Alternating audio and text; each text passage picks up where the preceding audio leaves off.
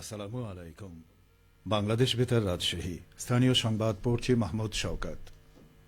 রেলওয়ের রানিং স্টাফরা তাদের কর্মবিরতি প্রত্যাহার করেছেন। আজ সকাল থেকে দেশের সকল রুটে ট্রেন চলাচল করছে। বিভিন্ন গন্তব্যের উদ্দেশ্যে ছেড়ে যাচ্ছে আন্তনগর এবং local train. Rajshahi railway station master Moinuddin Azad জানিয়েছেন, আজ সকাল 6:05 রাজশাহী রেলওয়ে স্টেশন থেকে খুলনার উদ্দেশ্যে ছেড়ে গেছে সাগরদাড়ি এক্সপ্রেস। এরপর 6:50 ঢাকার উদ্দেশ্যে মধুমতি এক্সপ্রেস এবং 7টায় বনলতা এক্সপ্রেস ছেড়েছে। পূর্ব নির্ধারিত সময়সূচির কিছুটা হেরফের হলেও সকল ট্রেন যথানিয়মে চলাচল করবে। যাত্রীরা জানান, মধ্যরাতে ধর্মঘট প্রত্যাহার হওয়ায় অনেকেই বিষয়টি জানেন না। সে কারণে সকালের দিকে ছেড়ে যাওয়ার ট্রেনগুলোতে অনেক আসন ফাঁকা ছিল। এদিকে রানিং স্টাফদের কর্মবিরতি চলাকালে রাজশাহী রেল স্টেশনে হামলা চালিয়ে ভাঙচুরের ঘটনায় মামলা দায়ের করেছে রেলওয়ে কর্তৃপক্ষ। গতকাল রাতে রাজশাহী রেলওয়ে থানায় বাদী হয়ে মামলাটি দায়ের করেন ভারপ্রাপ্ত station manager Shahidul Islam. Rajshahi railway থানার ভারপ্রাপ্ত কর্মকর্তা ফয়সাল আহমেদ জানান, রাজশাহী রেলওয়ে স্টেশনে হামলা ও ভাঙচুরের ঘটনায় রাজশাহী রেলওয়ে স্টেশন কর্তৃপক্ষ একটি মামলা দায়ের করেছেন। এতে অজ্ঞাতনামাদের আসামি করা হয়েছে। এদিকে Rajshahi metropolitan police commissioner Mohammad Abu Sufian জানিয়েছেন, রাজশাহী রেল স্টেশনে ভাঙচুরের মূল হোতা সুমন আহমেদকে গ্রেফতার করা হয়েছে। আরএমপি সাইবার ইউনিটের তথ্যের ভিত্তিতে চুয়াডাঙ্গা থেকে তাকে রাতে গ্রেফতার করা হয়। গ্রেফতারের পর সুমনকে রেলওয়ে থানা পুলিশের কাছে হস্তান্তর করা হয়েছে।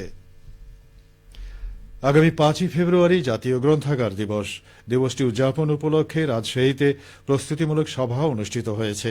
গতকাল রাজশাহী জেলা প্রশাসকের সম্মেলন কক্ষে সভা অনুষ্ঠিত হয়। সভায় সভাপতিত্ব করেন অতিরিক্ত জেলা প্রশাসক টুকটুক তালুকদার।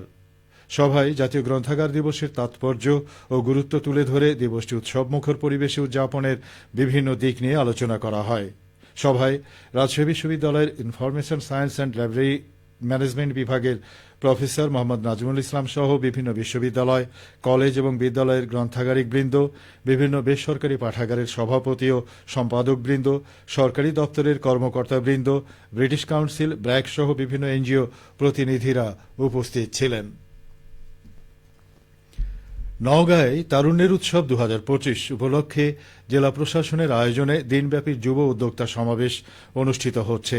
আজ সকালে সদর উপজেলা পরিষদ হলরুমে সমাবেশের উদ্বোধন করেন জেলা প্রশাসক মোহাম্মদ আব্দুল আওয়াল। সমাবেশে জেলার বিভিন্ন উপজেলা থেকে 5 শতাধিক স্থানীয় যুব উদ্যোক্তা অংশগ্রহণ করেছেন এবং তাদের পণ্য প্রদর্শন করছেন। এ সময় বক্তারা যুবকদের আত্মকর্মী এবং উদ্যোক্তা তৈরির মাধ্যমে দক্ষ জনশক্তি গড়ে তোলার উপর গুরুত্ব আরোপ করে বলেন, তরুণরাই তাদের সৃজনশীল চিন্তা ও উদ্ভাবনী শক্তি দিয়ে বৈষম্যহীন নতুন বাংলাদেশ গড়ে তুলতে পারে।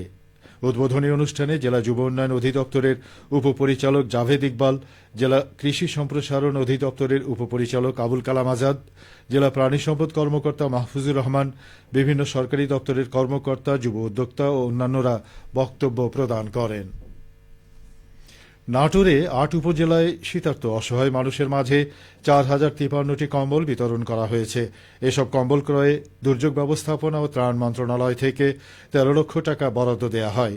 জেলা ত্রাণ ও পুনর্বাসন কর্মকর্তা AKM শাহ আলম মোল্লা জানান, জনসংখ্যার আনুপাতিক হারের ভিত্তিতে জেলা থেকে 8টি পৌরসভা পর্যায়ে বরাদ্দকৃত এসব কম্বল বিতরণ কার্যক্রম প্রায় শেষ হয়েছে। এছাড়া জেলার 7টি উপজেলায় 44,544টি কম্বল বিতরণ করা হয়েছে। পাবনার ভাঙ্গুড়া উপজেলায় জাতীয়তাবাদী কৃষক দলের উদ্যোগে কৃষক সমাবেশ অনুষ্ঠিত হয়েছে। গতকাল রাতে পৌর শহরের বড়াল ব্রিজ খেলার মাঠে এই সমাবেশ অনুষ্ঠিত হয়। ভাঙ্গুড়া ইউনিয়ন কৃষক দলের আয়োজনে উপজেলা বিএনপির সদস্য সচিব ও সাবেক ভাইস চেয়ারম্যান সর্দার জাফর ইকবাল হিরক প্রধান অতিথি থেকে সমাবেশের উদ্বোধন করেন। ইউনিয়ন কৃষক দলের আহ্বায়ক সুলতান আহমেদের সভাপতিত্বে সমাবেশে প্রধান বক্তা হিসেবে বক্তব্য রাখেন জেলা কৃষক দলের সাধারণ সম্পাদক আসাদুজ্জামান আসিফ। সমাবেশে আরও বক্তব্য রাখেন উপজেলা কৃষক দলের সভাপতি আখিরুজ্জামান মাসুম, সাধারণ সম্পাদক আব্দুল মালিক ও সাংগঠনিক সম্পাদক কামাল হোসেন। চাঁপাইনবাবগঞ্জের শিবগঞ্জ উপজেলায় অবৈধভাবে ফসলি জমির মাটি কাটায় আব্দুল আলিম নামে একজনকে 1 লাখ টাকা জরিমানা করেছেন ভ্রাম্যমাণ আদালত। গতকাল শিবগঞ্জ উপজেলার মোবারকপুর ইউনিয়নে এই ভ্রাম্যমাণ আদালত পরিচালনা করে শিবগঞ্জ উপজেলা ভূমি অফিস। শিবগঞ্জ উপজেলা ভূমি অফিসের সহকারী কমিশনার মোহাম্মদ তৌফিক আজিজ বিষয়টি নিশ্চিত করেছেন। তিনি বলেন, অবৈধভাবে ফসলি জমি মাটি কাটার অপরাধে আব্দুল আলিম নামে এক ভেকু মেশিন মালিককে বালুমহাল ও মাটি ব্যবস্থাপনা আইনে ১ লাখ টাকা জরিমানা করা হয়েছে। এছাড়া অবৈধভাবে মাটি বালু উত্তোলনের বিরুদ্ধে উপজেলা প্রশাসনের অভিযান অব্যাহত থাকবে বলে জানানো হয়। সবশেষে আবহাওয়া। আজ দুপুর ১২টায় রাজশাহীতে তাপমাত্রা ছিল ২৪ ডিগ্রি সেলসিয়াস। এ সময় বাতাসে আপেক্ষিক আর্দ্রতার পরিমাণ ছিল ৪৭%। রাজশাহী ও পার্শ্ববর্তী এলাকায় আজ সূর্যাস্ত সন্ধে ৫টা ৪৮ মিনিটে। সংবাদ শেষ হল। আমাদের পরবর্তী সংবাদ দুপুর ২টা ৫ মিনিটে।